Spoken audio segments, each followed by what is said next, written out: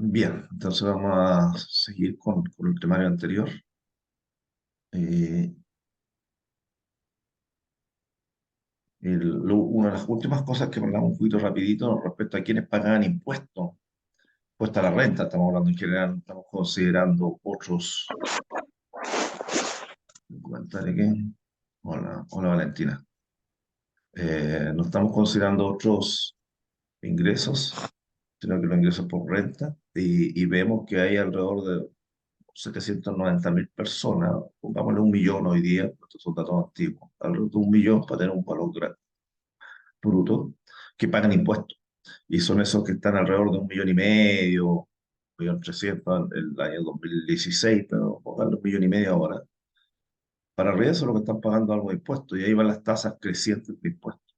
Entonces no son muchos los que pagan impuestos. Cuando dicen los impuestos a los más ricos, bueno, sería este grupo de personas, más allá de los ingresos que generan por otros dividendos, otras rentas que tienen algunas personas, digamos, de ingresos. Entonces no son muchos. Donde tenemos altos ingresos, donde entran los ingresos importantes y donde lo pagan todo es el IVA, ¿no es cierto? Porque están en los alimentos, todas las cosas que compramos, hay que pagar 19% IVA. ¿Ya? Para tener un contexto de lo que significa realmente los asuntos de los impuestos. Eh, y después hablamos de cómo alcanzar a países del desarrollo y dijimos, bueno, que hay distintos elementos y distintas cosas. Eh, y bueno, teníamos el primer modelo de crecimiento, ¿cierto? Y la importancia del crecimiento está asociada con el aumento de la productividad.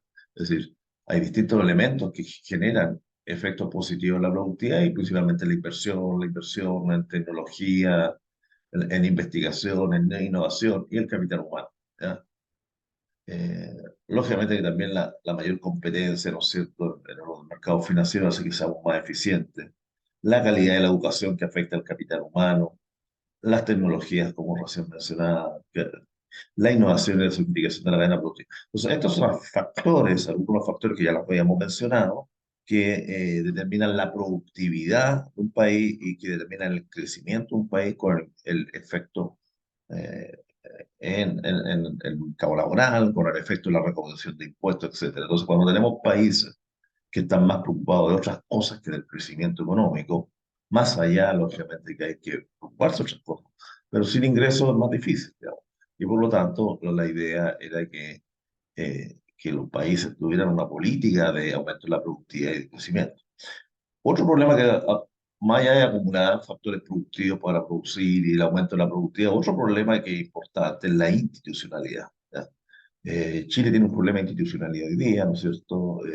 Estamos buscando una nueva constitución. La primera constitución al 62% no le gustó. Y la nueva, yo creo que hay un hecho político, digamos, que buscan dar ciertas tranquilidad a estos factores, pero está generando igual tensiones porque hay distintos grupos. Y como hay distintos grupos, hay distintas posiciones. Pero lo más importante es que hay que cerrar el problema de la institucionalidad en Chile, si no vamos a seguir con incertidumbre respecto a invertir o no invertir en Chile, porque de repente la balanza se va hacia un lado y después se va hacia el otro. Entonces, los empresarios, lógicamente, que a mayor incertidumbre, menor deseo de inversión y reduce el potencial de crecimiento, ¿no? Que es lo que me interesa. Y por otro lado, ¿no es cierto? Entonces teníamos toda la parte de crecimiento, teníamos todo el problema de institucionalidad, que aquí también está presente cuando hablamos de gobierno, y estamos hablando más que gobierno, el Estado de Chile, ¿no es cierto? Y las oportunidades de vender productos, de generar inversión que nos da el mercado externo o nacional. Y ahí entra el diamante porte, ¿cierto? El diamante porte donde dice, bueno, va a depender de la estrategia, la estructura y la rivalidad de la empresa que haga que yo sea más eficiente, que produzca mejores productos, donde las condiciones de demanda son importantes. Si tengo personas que demandan el bien internamente en forma que son exigentes, que quieren una buena calidad, bueno, van a poder posicionar su producto en el extranjero de mejor manera. Los factores productivos y la industria de apoyo. Si tengo que producir una etiqueta y si esa etiqueta viene con pequeños detalles, lógicamente no me ayuda mucho. O si la industria de apoyo no llegan a tiempo con los productos, lógicamente me afecta mi posición competitiva y eventualmente me reduce la posibilidad de competir en el extranjero, que es lo que hablaba principalmente Michael Porter. ¿Ya? Hay otra persona que habla, Alan Ruckman de la Universidad de Toronto, que habla del doble diamante, que dice, bueno, si esto ocurre en mi país, bueno, también tiene que ocurrir el país donde va mi producto en términos de distribución y otros aspectos de la comercialización. Entonces él habla del doble diamante. Y yo después para asociar un poquitito las con cara, entonces cuando estamos hablando del modelo de crecimiento, yo decía, mira, ahí está Robert Solow, el Nobel de Economía de MIT, con 90 y tantos años de Atenas. Acá tenemos a Eric Maskin, Nobel de Economía, ¿no es cierto?, por su trabajo en la parte de institucionalidad y teoría de juego, y en la parte de competitividad que tenemos Michael Porter, ¿no es cierto?, de la Universidad de Harvard, donde la facultad tenía un convenio que creo que está terminando ahora porque se está cerrando el centro de competitividad que tenía Michael Porter en la Universidad de Harvard. Ahí incluso tenemos una reunión a fines de diciembre entre todos los miembros del centro de competitividad para ver cuáles son los pasos a seguir. Creo que hay una reunión en diciembre y otra reunión ahora en próxima semana para ver los pasos a seguir. Pero eso ya es solamente anécdota. Entonces así asociamos lo que estamos hablando con las personas que están apuntando en eso, ¿no? Y hablamos, ¿no es cierto?, de la importancia de crecer y decimos que el PIB es un buen indicador de bienestar. No, el PIB es un indicador de crecimiento, ¿ya?, de cambio en la renta o la producción de un país. Acuérdense que el Producto Interno Bruto es la valoración de bienes y servicios finales, el primer concepto, a precios de mercado en un periodo de tiempo. Son tres elementos que tienen la definición del PIB, ¿no? Tres elementos tienen la definición del PIB. Lógicamente que es una señalización, si está creciendo uno diría, bueno, hay más dinero, hay posibilidades de reducir problemas de pobreza, etcétera. Pero no tiene, ese indicador no me lo dice, digamos, depende de cómo gastemos las plata. Ahora, hay otro indicador, un indicador de desarrollo humano. Yo recién hablaba de Michael Porter, también tenemos un índice que no creo que lo hayan seguido en los últimos años, pero el indicador de desarrollo humano, que es estable en el tiempo, bueno, tiene distintos elementos. ¿Qué tanto vives y qué tan saludable es tu vida? Los conocimientos y el nivel decente de vida. Es el concepto que están dentro, que está la esperanza de vida, nacer, logro educacional, etcétera. También está incluido el PIB como un elemento más. Entonces, este es un indicador un poco más amplio. O cuando hablamos en Chile tenemos la pobreza multifactorial, ¿no es cierto?, que un 16% en este momento respecto a la pobreza medida por el ingreso, que era, acuérdense, 186.000 pesos más o menos, ¿ya? Entonces tenemos distintos indicadores y bueno, generalmente hay que mirarlos todos, digamos, pero generalmente tendemos a concentrarnos más en el PIB, entonces, como elemento de crecimiento, de generación de ingresos, generación de empleo, generación de oportunidades y de recaudación de impuestos para poder redistribuir a los más desvalidos. En términos del índice de desarrollo humano, hasta el 2020, hasta el 2019 creo que es el último, eh, Chile está en el lugar 43, es lo que no es malo, en el mundo. ¿Ya? En el 2010 estamos en el lugar 48, nos hemos mejorado, y si uno lo ve a nivel de América Latina, Chile está en el primer lugar. Es decir, cuando estamos considerando no solo la parte de ingresos, sino que otros elementos, Chile está en el primer lugar, por lo menos con este índice al 2020, el reporte 2020, que corresponde al 2019, previo movimientos sociales, previo pandemia. Vamos a ver, no he revisado el último, cómo afectó la pandemia en otras situaciones. Si vemos, estamos hablando el otro día de igualdad, desigualdad, pobreza. Entonces vemos que Chile haya reducido la pobreza en forma significativa. No sé, habíamos dicho que llegó hasta el 6,5 según los últimos indicadores, pero ese indicador es medio mentiroso. ¿Por qué es medio mentiroso? Porque tiene incluido todos estos subsidios adicionales que dio el gobierno por el asunto de la pandemia, o como también los retiros, que es pan para hoy día, pero también hambre para el futuro cuando uno se jubile. Yo saqué mi plata, no sé si les conté, yo saqué todos los retiros, incluso aquel que había que pagar impuestos, por el miedo que había de que si se aprobaba la otra constitución, no se iban a embarcar los tradicionales, o por lo menos iban a tratar de usarlos para otras cosas. Entonces, tenemos Cuba en términos del puesto de índice de desarrollo humano, está en el lugar 70, es un país muy igualitario, pero está en el lugar 70 en términos del desarrollo. Y tenemos otro país que está complicado hoy día y sigue complicado, Venezuela, y lo que da pena, digamos, que Venezuela es un país riquísimo, ¿ya? Riquísimo. Es decir, con el petróleo que tiene, yo fui a Venezuela la última vez hace como 15 20 años. Y el problema que tenían es la renovación de la industria de petróleo. Así, porque, claro, todo va depreciándose, ¿no es cierto? Y bueno, y después había política que casi que el combustible casi a cero para todas las personas y había varios elementos ahí, pero eso llevó a un importante déficit, ¿no? Entonces, por eso hay que tener cuidado cómo se manejan las finanzas. Entonces, tenemos Chile que está bien ubicado en términos de indicador. Entonces, no podría decir que Chile, en términos del indicador de desarrollo humano, está entre los mejores, está ubicado entre los tres primeros lugares según el indicador 2020. No hay para qué decir que esté el primero, ahí decimos, estamos primeros, si quisiera ponerlo, ¿no? ¿Ya? Y mejorando respecto al que había del 2018, que creció 0,04, no mucho, pero creció. Otro elemento que yo les mencioné, y que lo conversamos rápidamente, es la evolución de la deuda del Estado. Ay, me dejé recordar. Se publica, ahí está, en millones de dólares y vemos que la evolución de la deuda bruto del país, ya, el gobierno central, ¿no es cierto? Va creciendo, estamos alrededor, ¿no es cierto?, de 120.000 millones de dólares, ¿ya? Lo que es bastante considerable, estamos hablando de cerca de un 40% del Producto Interno Bruto, ¿ya? Es decir, la deuda que tiene el país, ¿no es cierto? El Producto Interno Bruto es alrededor de 250.000 millones de dólares, 280 por ahí, y estamos hablando de que la deuda está alrededor del 35%, diciendo, ¿no? 40, casi 40%. ¿Ya? Y la deuda neta, porque también tiene activos el Estado de Chile, pero la deuda neta también es constante, casi al 20%. Y si ustedes ven desde el 2017, ha sido una tónica que la deuda del país, la deuda neta del país ha ido creciendo, lo que se vuelve más riesgoso el país en general. Entonces, claro, el gobierno pone bono o no gasta, pero al final termina endeudándose. ¿Ya? Entonces seguimos dando subsidios, seguimos dando todo, pero si no tenemos, acompañamos esto con mayor producción, termina que los gobiernos para poder responder a ciertas necesidades, que pueden ser muy importantes, terminan endeudándose. Y mientras más deudo, aumenta el riesgo. Todo eso lo sabemos en finanzas. Otro elemento que hablamos es lo de repasar, porque actualizar, es la inflación. La inflación teníamos 12,8 el año pasado. Este año yo creo que vamos a llegar alrededor del 4% y hay una tendencia hacia la baja, ¿ya? En agosto, recién pasado, ¿no es cierto? El incremento fue 0,1.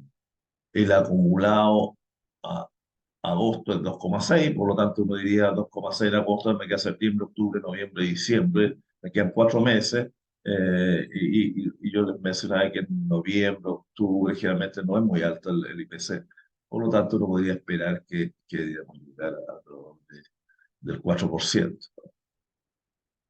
Hoy día tenemos un 5,3 acumulado. Entonces, pero la tendencia es hacia abajo, lo que es positivo, porque controlando la inflación se pueden empezar a implementar políticas pro crecimiento. Y ya lo vemos, porque el Banco Central bajó nuevamente la tasa a 9,5. Si no me equivoco. En términos del valor de los distintos ítems del IPC en el mes de agosto, primero recordemos que las canastas más importantes, la ponderación dentro de la canasta de 303 productos, dijimos, ¿no es cierto? 303 productos, y la importancia de estos 303 productos están reflejados en estas divisiones, que son 12,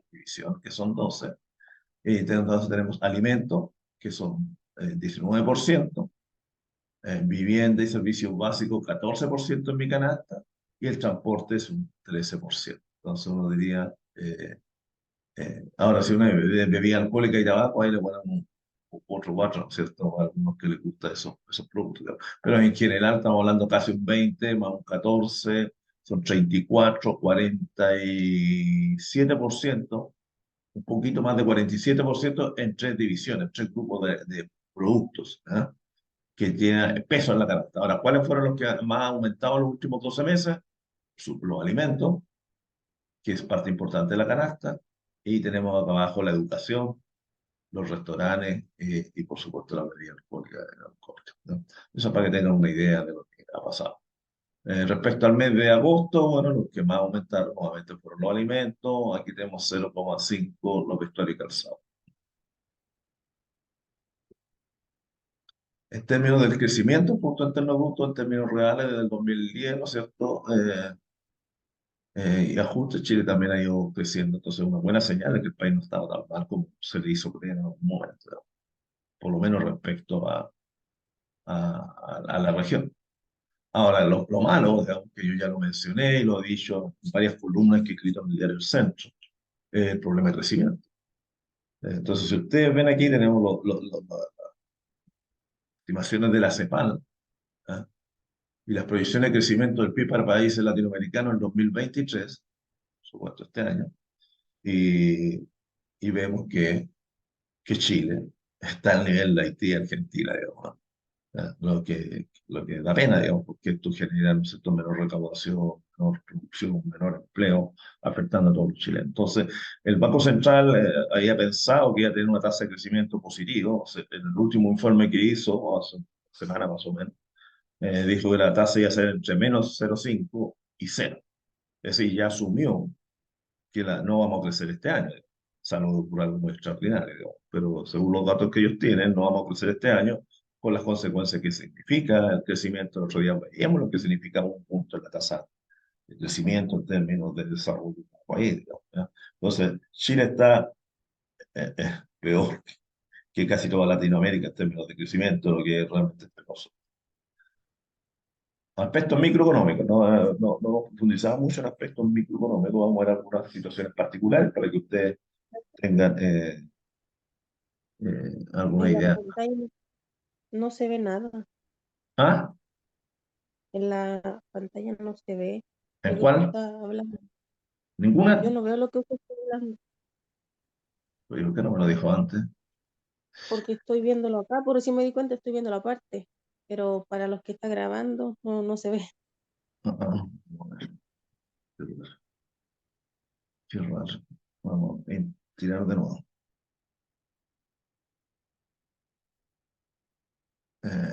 Tendrán que mirar el PPT después. Vamos a ver. Ahí, qué raro.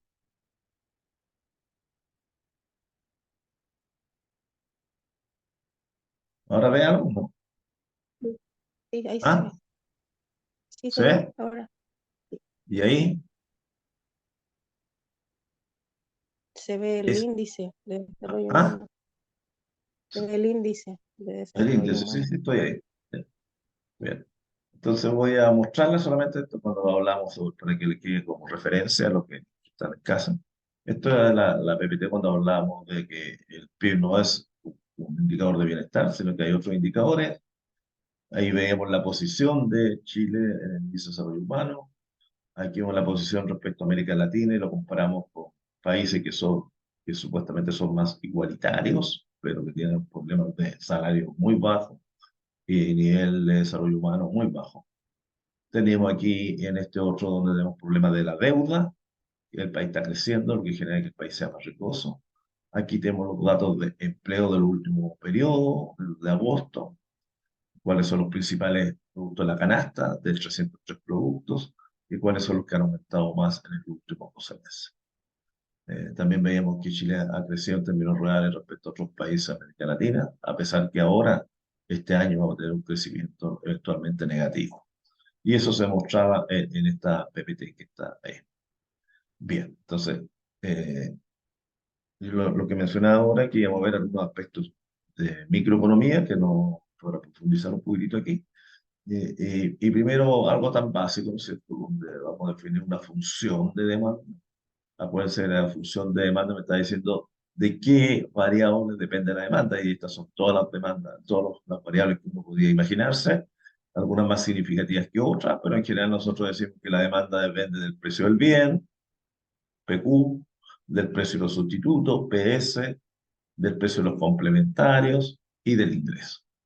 Entonces, esa es una función de demanda, que se diferencia de la curva de demanda, que se diferencia de la curva de demanda en que el precio de los sustitutos viene dado, el precio de los complementarios viene dado y el ingreso viene dado. Y por lo tanto, la demanda, como se observa más abajo, la cantidad demandada de un bien depende solamente del precio del bien. ¿Ya? Ahora, ¿cómo llegamos a la función de demanda? Que hemos supuesto algunos valores, y reemplazamos el precio de los sustitutos igual 20. Profesor, ¿Sí? cuando usted va cambiando el PPT, ¿no se cambia en la proyección al Zoom? Ah, Sí, porque seguimos en el índice. qué raro. Sí, Voy a cambiar, déjame hacer un cambio. Voy a apagar una pantalla y voy a abrir a otra.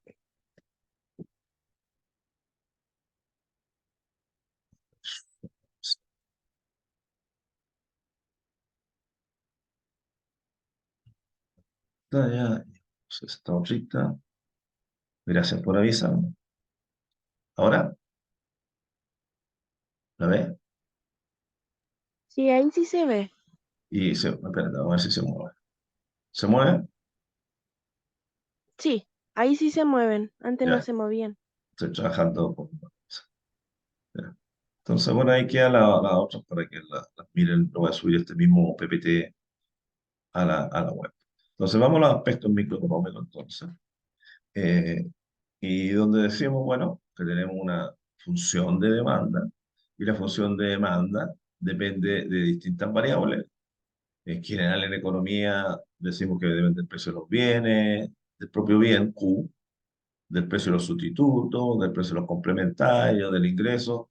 ¿Y dónde están los gustos aquí? Bueno, los gustos están implícitos en esta constante que está acá. Ahora, si yo quiero encontrar la curva de demanda, tengo que suponer como dado el precio de los sustitutos, tengo que suponer como dado el precio de los, de los complementarios y del ingreso. Y del ingreso. Estoy tratando de marcar aquí, pero se me pierde el lapicito. Ponerlo aquí. Perfecto.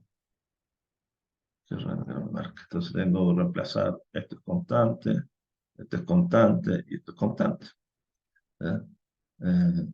Eh, y por lo tanto, al reemplazar esos valores, 20, 10 y 3000, encuentro lo que es la curva de demanda. Lo interesante es que con la primera función, la función de demanda, yo puedo encontrar la elasticidad precio de la demanda, la elasticidad cruzada, es decir, respecto al precio sustituto o respecto al precio de los complementarios, y, y la elasticidad de ingresos, ¿no es cierto?, respecto a estos bienes. Entonces, lo primero, al mirar esta función de demanda, uno puede observar los signos, digamos. Lógicamente, uno dice que este signo está asociado, ¿no es cierto?, la relación inversa que hay entre el precio del bien y la cantidad. Este otro signo está asociado al hecho de que es un sustituto. Al aumentar el precio del sustituto, al aumentar PS, lógicamente hay que aumentar la cantidad demandada del bien, porque yo voy a sustituir el bien más caro y inversamente lo ocurre con el precio de los complementarios. Y además lo que me permite ver aquí algo interesante, yo mirando esta función, yo puedo saber si este es un bien normal o es un bien, inferior, ¿no es cierto? O sea, yo puedo ver si es un bien normal y es un bien inferior, y eso uno lo ve en donde, en esta función lo está viendo en el signo nuevamente, en el signo, ¿no? En el signo que sería ese signo. Entonces, si este signo es positivo, me dice que si aumenta la renta, aumenta el consumo, por lo tanto, este es un bien normal. ¿Ya? Este es un bien normal. Y reemplazando los valores encuentro la curva de demanda. Entonces, a veces se enredan con esta funcióncita que es básica. Pero lo interesante aquí es ver qué aplicaciones podemos hacer con esto. Generalmente nosotros encontramos la elasticidad precio de un bien. Todos se acuerdan cómo se estima la elasticidad, es el cambio porcentual en la cantidad ante un cambio porcentual en el precio del bien en cuestión. Puede ser cruzado también si estamos haciendo respecto a un precio, un sustituto, un complemento, pero la elasticidad de un bien es el cambio en la cantidad de un bien ante el cambio en su precio, que queda explícitamente, ¿no es cierto?, marcado en esta función que está aquí. Esa es la elasticidad. Ahora, esta elasticidad yo la puedo descomponer en dos elementos. ¿Ya? El primer elemento, no sé si ustedes se acuerdan, la curva de demanda a los Higgs y la curva de demanda marshalliana o la curva de demanda regular o tradicional, ¿no es cierto? Entonces, si yo considero solamente el efecto de sustitución, es el primer término, curva de los Higgs. Pero si yo quiero ver la elasticidad que ustedes normalmente encuentran en una curva de demanda, ¿ya? Cuando uno tiene una curva de demanda, ¿no es cierto? Tiene la curva de demanda y uno dice, bueno, un precio inicial, una cantidad, después tengo otro precio final, otra cantidad, y eventualmente uno saca la elasticidad en el punto medio, ahí, al medio, ¿no sé. Y esa elasticidad de la demanda marshalliana. Eso ustedes. Pero esta descomposición de la ecuación de Lutz, que me permite diferenciar de los efectos que están implícitos en este cambio. Es decir, cuando ustedes ven, pasamos de ese valor a ese valor, ¿ya? Nos cambiamos de punto.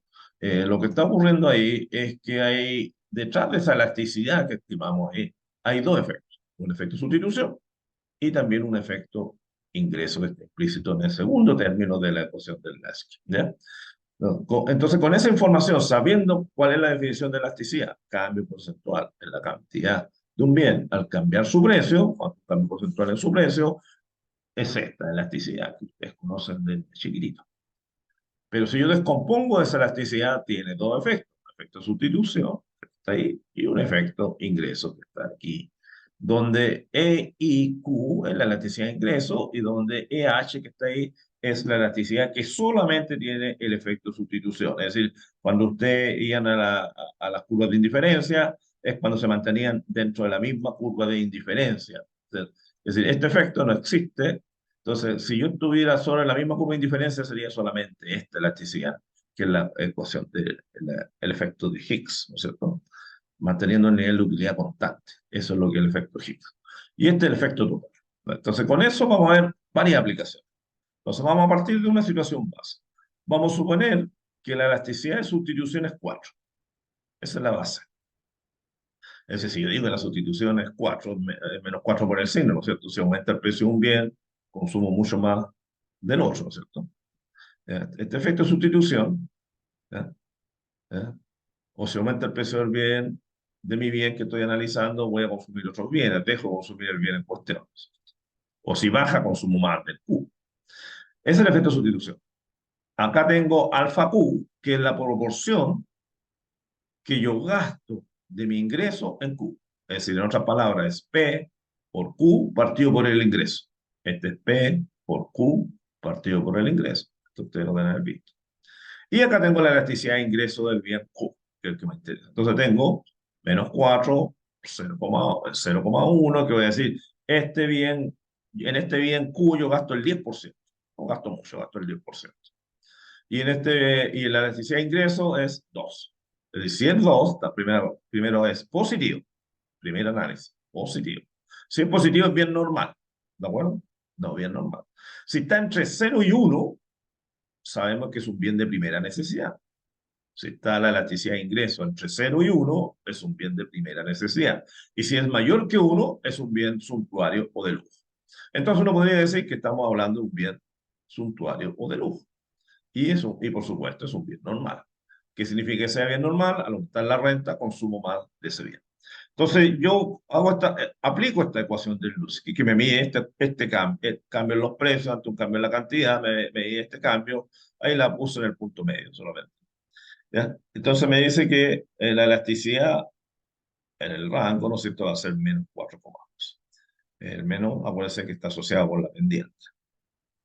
Entonces, si es menos 4,2, si es menos 4,2, lo que me está diciendo, ¿no es cierto?, lo que me está diciendo, eh, que es un bien que tiene una alta elasticidad, el valor absoluto es 4,2, y hacer significa un aumento en 1% en el precio, un aumento en 1% en los precios va a bajar en 4% la cantidad. ¿Ya?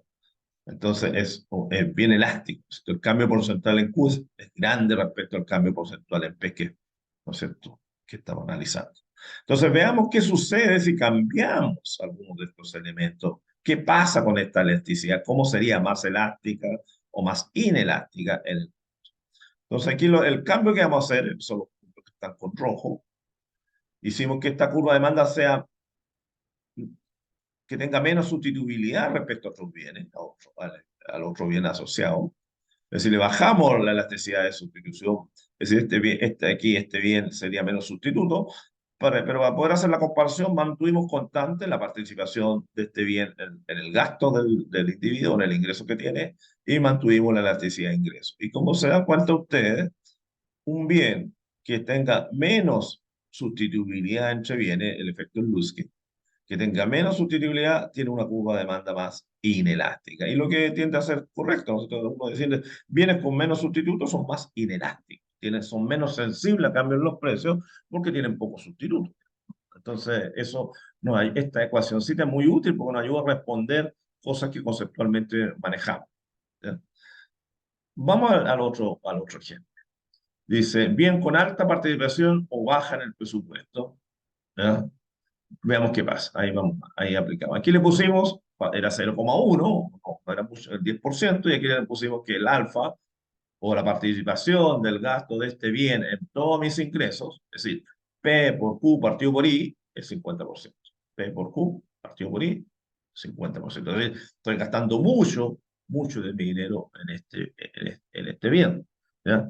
Y vamos a mantener la elasticidad. Ingreso, mantenemos la misma elasticidad de sustitución de la línea base o de la situación original, que era -4.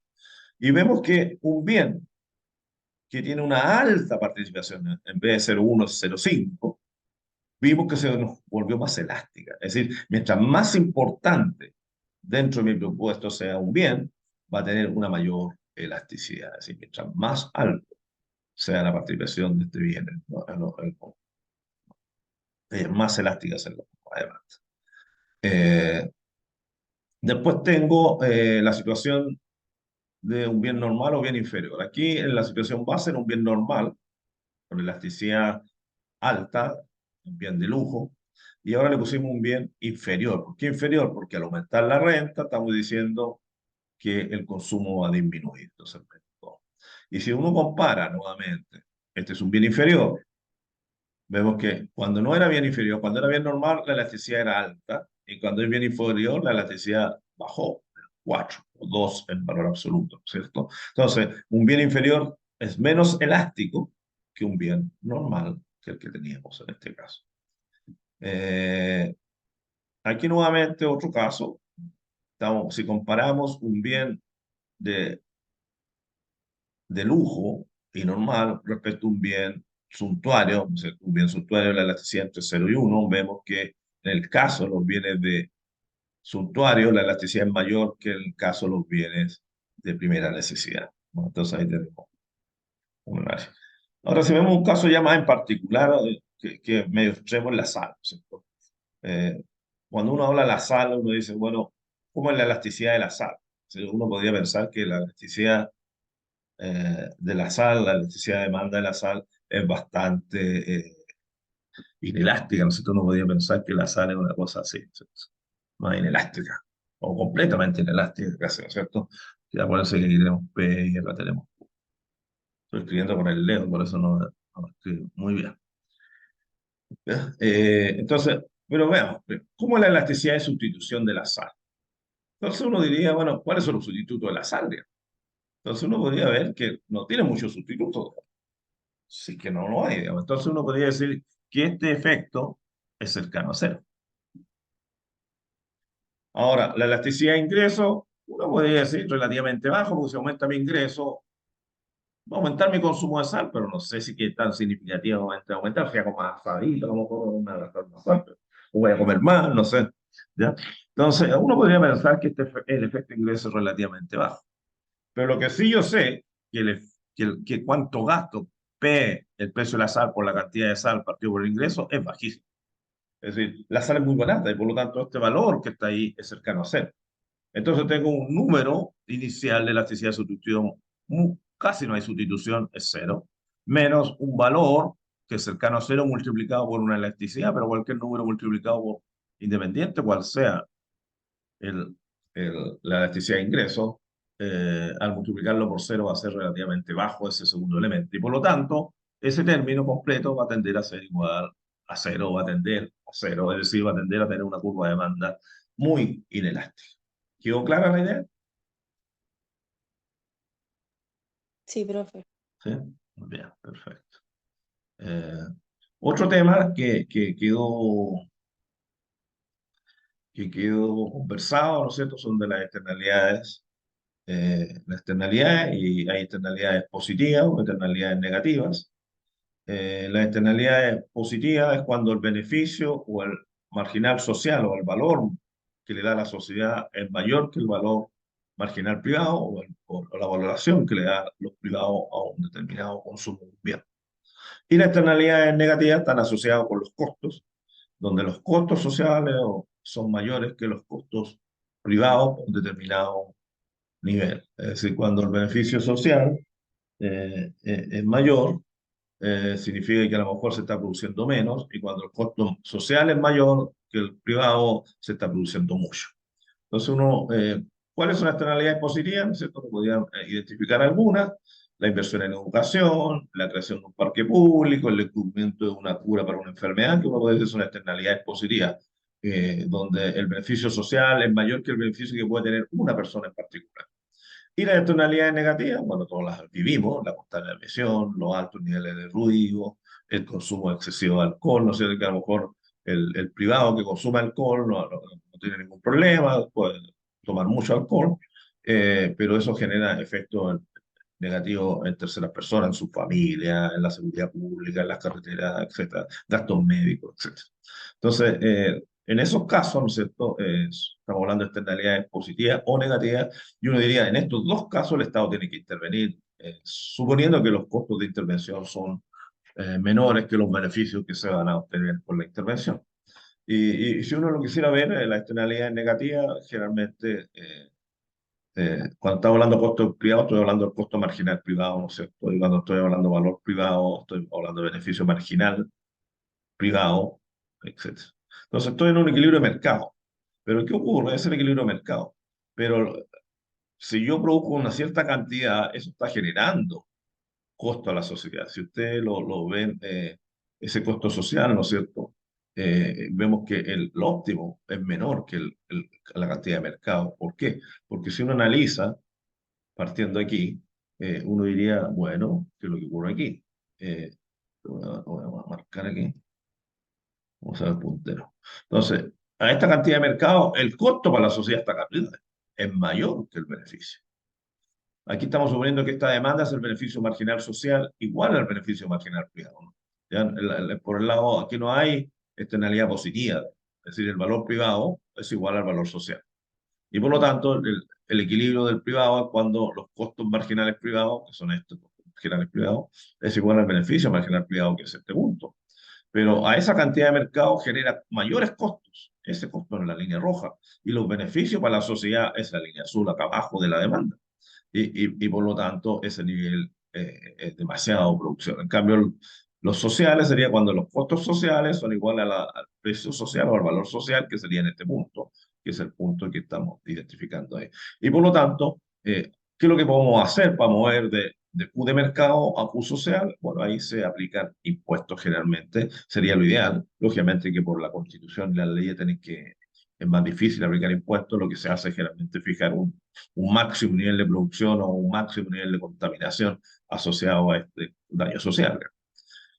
Por el lado de la externalidad positiva, uno dice, bueno, ¿dónde hay externalidad positiva? Bueno, ahí tenemos el privado, que dice, bueno, yo voy a estudiar, por ejemplo, si no hubiera subsidio a la educación, muchos de ustedes a lo mejor no estarían en la universidad porque les faltarían recursos, o en la básica, algunos estudiarían hasta cuarto básico, quinto básico. Entonces, el privado dice, bueno, ¿cuáles son los beneficios de educarme y cuáles son los costos para educarme? Entonces uno ve, bueno, si uno se imagina años atrás cuando no habían subsidio, uno diría, los papás van a estudiar, que por lo menos sepa leer y escribir, digamos.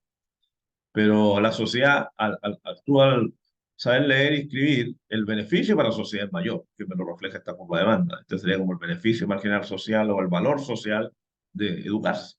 Entonces uno diría, bueno, la sociedad está ahí arriba, pero el privado está tomando una decisión de estudiar una menor cantidad porque esos son sus valores, eso es lo que lo beneficia a él y esto es lo que le cuesta a él, digamos. Aquí estamos suponiendo que los costos para la sociedad son los mismos que el costo para el privado, ¿no? Costo privado igual costo social. Y por lo tanto uno dice que el valor social es mayor, y por lo tanto uno dice, bueno, Si yo me quedo aquí mismo, si yo me quedo en esta cantidad, los beneficios son mayores. Pero si aumento un poquito más la educación, voy a tener toda esta área abajo, para abajo. ¿Ya? Voy a tener toda esta área para abajo de beneficios. Si me paso de aquí a acá, voy a marcar, mejor a ver si lo puedo marcar. Pluma. Entonces, eh, si yo me muevo hacia acá, al óptimo social, la sociedad va a tener todo este beneficio bajo la curva de beneficios sociales. Todo eso. ¿Ya? Fantástico, yo tengo más beneficios. Ahora, lógicamente, educarse más años para la sociedad también tiene costos, lo mismo que para el privado, ¿ya? Pero los costos son el área bajo la función de costos. Entonces, el pasar de Q de mercado a Q social genera mayores beneficios, área roja, pero como hay que, para educarse hay que pagar más dinero, área verde, pero en términos netos hay un beneficio neto social de subsidiar la educación. De ahí viene la justificación de que una, un subsidio a la educación es positivo porque aumenta el bienestar de neto de la sociedad. Eso es, cuando uno da subsidio, significa externalizar la externalidad que existe. En el caso del que veíamos en el caso anterior, no sé, voy a volver atrás, el caso anterior, aquí cuando yo aplico un costo, o un impuesto, estoy internalizando la externalidad negativa. Por ejemplo, aquí el mercado que debería estar aquí, no sé, marcado, pero los costos para la sociedad es mucho mayor. Entonces la pregunta que uno se hace, ¿qué pasa si me muevo al social? Bueno, si me muevo al social, voy a ahorrarme en costos. Todo estaría bajo la función de costos. Pero por otro lado, voy a tener pérdida de producción, voy a tener pérdida de producción, que sería el área bajo la función de demanda, que es el beneficio por consumir. Pero si uno analiza, al moverme a lo social, el triangulito, que es un triangulito verde, que es un beneficio neto social por reducir la contaminación. Entonces, lo que se gana al reducir la contaminación es mayor que lo que se pierde por menor consumo de un determinado bien. Entonces, ahí tenemos un poquito de explicación de eso. Lo otro que vimos, ¿no es cierto? Y que se han salido varias preguntas es sobre el modelo keynesiano simple, no es el modelo keynesiano sofisticado, donde incorporamos tasas de interés, oferta y demanda de dinero, etcétera. Eso se deja para análisis solamente. Eh, es el modelo para por lo menos para que entiendan algo. Yo voy a ver un ejercicio, ahí en el PPT aquí más adelante existe todo el procedimiento, cómo llegar a los distintos valores, eso se lo dejo a ustedes. Entonces vamos a partir por el primer caso, ¿no es cierto? Ese Keynes, ese Keynes, ¿no es cierto? En inglés, Keynes. Entonces tenemos que el consumo del individuo es 100 más 0,8 del ingreso. Ahora, en general, del ingreso disponible, gasta uno, ¿no es cierto? Pero si no hay impuestos, es del ingreso.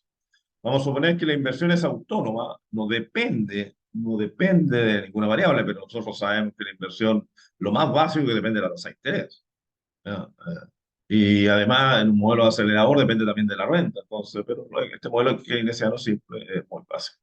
Y vamos a suponer que también que el gasto del gobierno es independiente y estamos suponiendo que los impuestos, tax, viene de tax, ¿ya? Son cero. Es decir, por esa misma razón el ingreso I es igual al ingreso disponible. Y queremos saber, y ahí tenemos el I de empleo, full employment, ¿no es cierto? De empleo completo, de 1.300. Ese es el ingreso que tiene que haber para tener empleo completo. Entonces, ¿cuál es el valor de la proporción marginal al consumo? De lo primero. Entonces uno dice, bueno, ¿cómo cambia el consumo al cambiar la renta?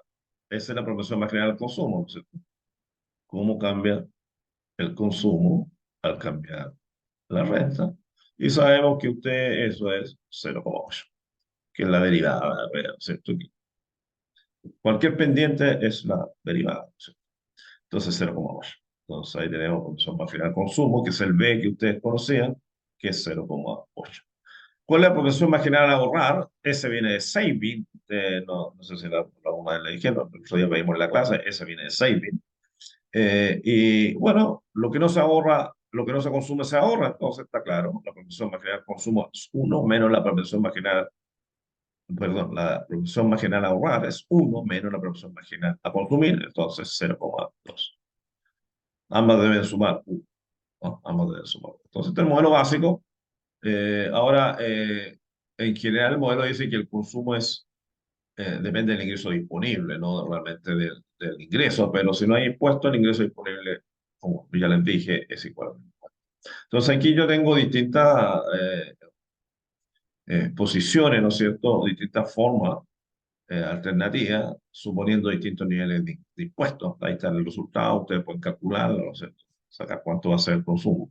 Aquí estamos suponiendo que hay un T de ingreso, de impuestos, ¿no es cierto? Que es un valor determinado, 10, 20 o 30, el monto fijo. Ahora, la misma forma funcional, ¿no es cierto? Yo le puedo poner un impuesto proporcional. Ya, si mientras más ingreso tiene, tú pagas una tasa de un 20% sobre ese ingreso. Entonces te cambia el nivel de consumo, como ustedes lo ven ahí, la función de consumo cambia. Si ustedes ven en el caso primero, la proporción marginal no se altera. Cuando el monto es fijo, yo tengo la misma propensión marginal a consumir. Lógicamente que cambia el intercepto de la función de consumo, pero la propensión marginal a consumir no cambia. Pero si ustedes ven abajo, cuando hay un impuesto proporcional a la renta, la propensión marginal pasó, ¿no es cierto?, de 0,8 a 0,64. Digamos que el cambio del consumo al cambiar la renta, que es 0,64. Entonces, depende del tipo de impuesto, va a tener distintos impactos en la función de consumo. Entonces, si yo puedo poner los dos impuestos, claro. Esa es otra alternativa. Impuesto fijo, T0, más un impuesto de un 20%, por decir algo, sobre la renta. Y eso tengo que descontárselo a mi ingreso para llegar al ingreso disponible, que es lo que va a determinar mi consumo. Y ahí ya tiene la forma funcional. Entonces, aquí yo le dejo una tarea, desarrollar y luego suponer que desarrollar primero normalmente, sin impuesto, y después suponer esa función de impuesto y analizar el impacto cada uno en una gráfica en términos del multiplicador del gasto. ¿Qué pasa con el multiplicador del gasto? ¿Ya? El multiplicador del gasto, acuérdense, el modelo básico es uno partido por uno menos B. ¿Ya? Es el multiplicador del gasto. O B minúscula, ¿cierto? 1 menos B. ¿Ya? Entonces uno decía, ¿cómo cambia la renta al cambiar el gasto o la inversión autónoma? Es igual a uno partido por uno menos B. No se olviden de lo que es la más básica que hay del gasto. Entonces, si yo sé que el multiplicador del gasto es 2, entonces estoy diciendo que el cambio en la renta, al cambiar el gasto del gobierno o la inversión, es ese valor. Entonces yo digo, bueno, yo quiero aumentar mi renta en 100. ¿Ya? Entonces, ¿cómo llego a 100? Yo quiero que el gasto, cambio en la renta sea 100. Entonces yo tengo 2. El cambio en la renta yo quiero que sea 100 partido por el cambio en el gasto del gobierno. Entonces uno dice, si yo quiero aumentar la renta en 100, ¿cuánto tiene que aumentar el gasto del gobierno? ¿Alguien me puede decir?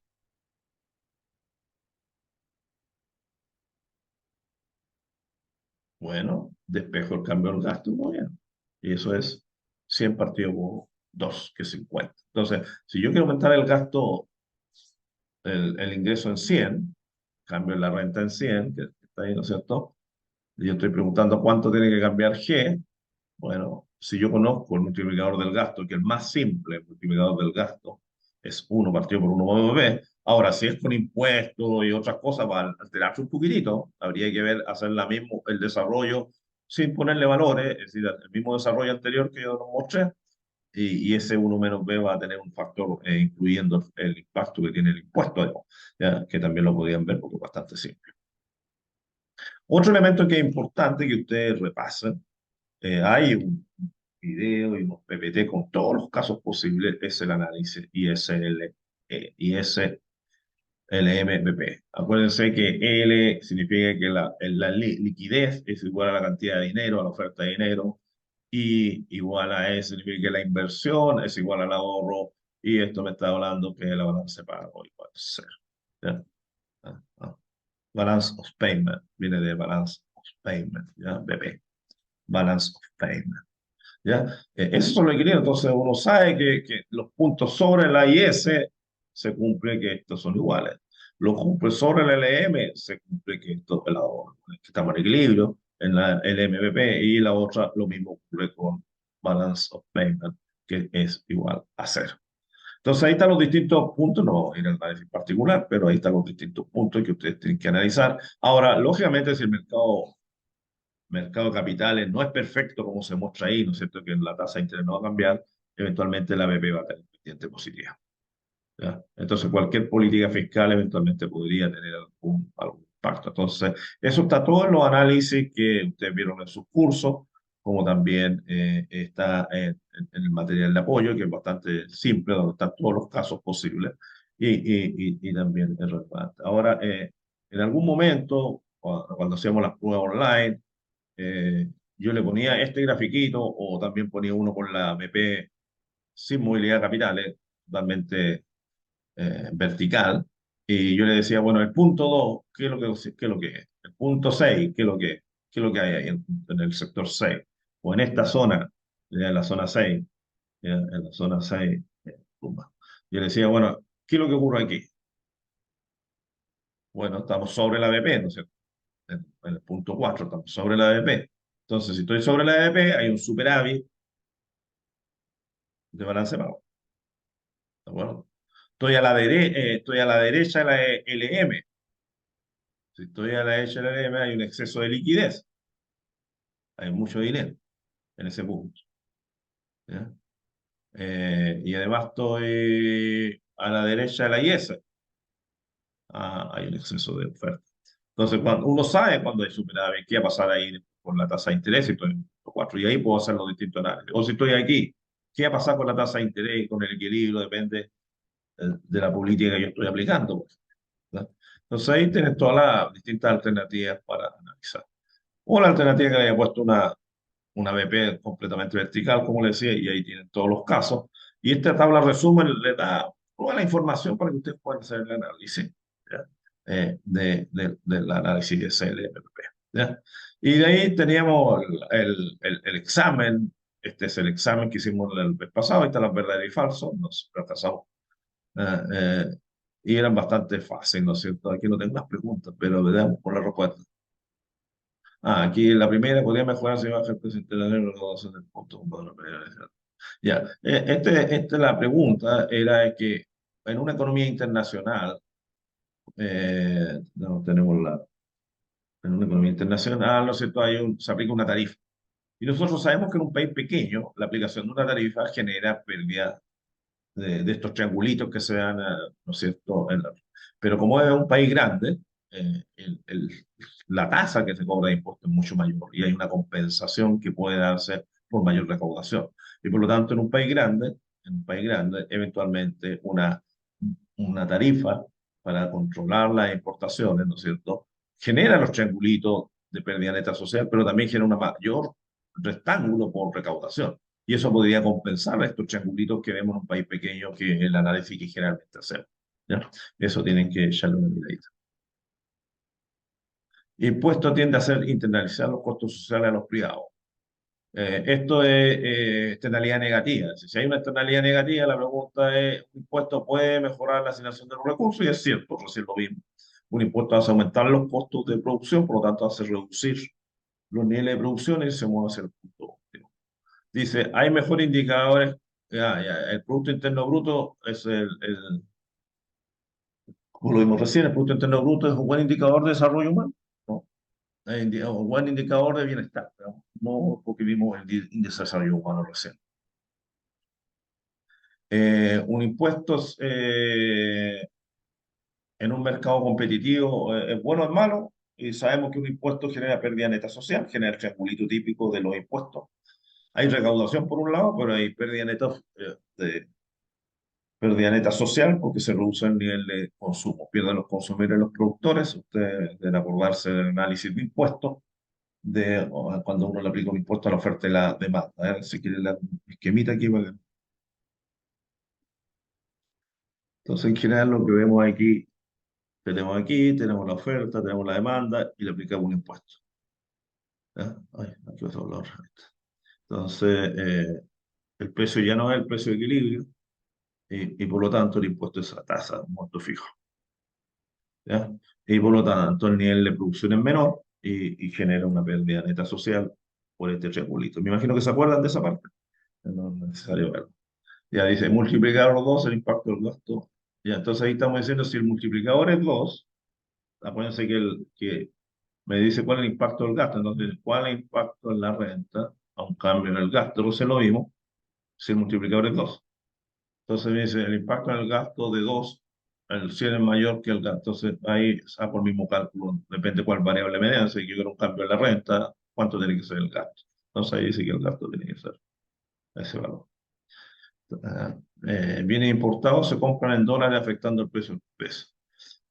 Bueno, esa es la pregunta típica del ministro Grau, que él dice que no nos interesa, el ministro Grau dice que no nos interesa el precio del dólar porque nosotros compramos en peso. Lógicamente que eso es falso, ¿sí? Todos le responden al ministro que es falso lo que está diciendo. Ah, entregar dinero sin también esta es la otra pregunta que también la conversamos en clase, que había por ahí un diputado que quería decir, para compensar los problemas de falta de ingresos a las personas, imprimamos más billetes. Lógicamente eso traduce en mayor inflación y pobreza. La incertidumbre mejora la seguridad de tener un retorno, por lo tanto, eso es lo que tenemos que resolver como país. Mientras más rápido tengamos una constitución independiente que después se pueda modificar, porque ahora va a ser más fácil modificar una constitución por los quórum. Mejor tener una constitución rápido a seguir con este show de la constitución. Prefiero una más o menos que una perfecta. Eh, bueno, y ahí no me acuerdo cuál es la otra. Y la otra pregunta, ¿no es cierto? Que para eso que yo resalto, digamos, muchas de estas cosas que yo he dicho aquí son las preguntas que se han hecho siempre, ¿ya? Y en una pregunta de control, del control, se mencionó hacer un análisis, ¿no es cierto?, para dos posibilidades de análisis, dando el enunciado al cual se necesita saber el supuesto respecto al tipo de cambio, que aquí decía cuál es la efectividad de una política fiscal o monetaria, ¿no es cierto? Uno podía usar con tipo de cambio fijo, flexible, el flexible el que tenemos, entonces yo dije flexible. Y yo le entregué a los estudiantes este análisis, este es el impacto de una política fiscal expansiva con tipo de cambio flexible. Y también le entregamos la pauta en el control de tipo ISLMVP, política fiscal expansiva con tipo cambio fijo. En el examen hice esta misma pregunta. Es decir, esta pregunta que estaba en el control, que era más larga porque tenía dos partes, que esa parte y esa parte, o podían suponer una parte, en el examen se le hizo esa parte, exactamente eso, ¿no? Que yo se la había entregado en el control, digamos. Es decir, es la misma pregunta del control. Y las preguntas del verdadero y falso eran muy parecidas también a lo que vimos hoy día y a lo que está ahí. Y creo que una persona respondió algo de esto y otra persona respondió como que el grafiquito, ¿no? Es decir, si a mí me dicen, el grafiquito decía, esto que está aquí, ¿no? Me respondió esto, no, aumenta la renta, se traslada a la IS, pero no tiene impacto porque la IS se vuelve a su mismo lugar. Sí, está bien, pero lo que se le preguntaba y se le decía, explique detalladamente, era esto. Yo quiero saber que ustedes sepan cuál es lo que está pasando detrás, porque esto me lo aprendo de memoria, digamos. Pero yo quiero saber cuál es el análisis que hay detrás. Si ustedes no hacen el análisis de 60 puntos, para que sepan, esta persona tuvo 10 puntos. ¿Ya? Porque lo importante son los 50 puntos, que son el análisis, porque si no sé el análisis, lo otro es aprenderme pildoritas de memoria. ¿Ya? Bueno, ahí hay varios ejercicios como resolver el análisis de el modelo keynesiano, no lo vamos a ver, eso lo dejo para que ustedes si quieren verlo. Y en general, digamos, ¿verdad? Vamos a dejar vamos a dejar de bajar eso, no guardar, y ya estamos. Ok. Así que esos somos seis los que estamos aquí. Voy a anotar los nombres de los seis. Voy a poner una fotito mejor, más fácil. Ahí estamos. Sonrían, no, sonrían al nombre, no sonríen nadie. Estoy solito. Ya, no sé si hay alguna duda, pregunta. Creo que he avanzado bastante. Buenos días, profesor. Aquí alguien saludo que manda ahí Juan Ignacio que nos trae la clase. Ya, no sé si hay alguna duda, preguntas. Creo que he avanzado. Tocamos varios puntos que son relevantes para. Uno puede hacer preguntas verdadero y falso con eso. Modelo ISLMP puedo hacer, etcétera, etcétera. Cálculo de elasticidad, etcétera. ¿Consultas, dudas? ¿No hay dudas? Bueno, no hay retroalimentación tampoco. Así que, bueno, quedamos hasta aquí. Que tengan una buena tarde. Espero que le haya sido productivo este complemento que nos alcanzamos a terminar en la clase anterior. Como les dije, era como una hora y realmente nos demoramos una hora. Así que, perfecto. Que tengan una linda semana. Cuídense hoy día. No salgan mucho porque nunca se sabe lo que pueda pasar en la calle, pero yo creo que no debe ser mayores salvo en Santiago, los que están en Santiago o en ciudades más grandes. Un abrazo grande. Les deseo lo mejor. Cuídense. Sí, profe, muchas gracias por la Chao, Chao, profe. gracias. Chao, cuídense A mucho. disposición. Chao. Bye.